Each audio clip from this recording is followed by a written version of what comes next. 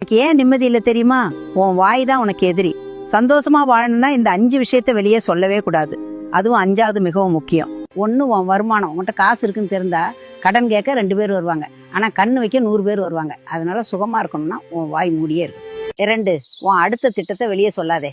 விதைய மண்ணுக்குள் புதைச்சி வச்சதான் மரம் வளரும், வெளியே போட்டா கோழி கொத்திரும். செய்யறத செஞ்சு காட்டு, சொல்லிக்கிட்டு தெரியாதே. 3, உன் கஷ்டத்தை எல்லாரும் போய் ஒப்பாரி வைக்காதே.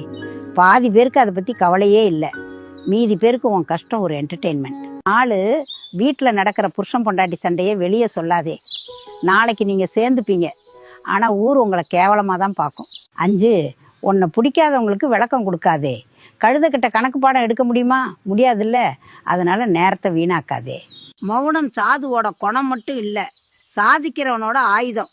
இனிமேலாவது வாயை மூடி ஜெயிச்சு காட்டு. Download ShareChat.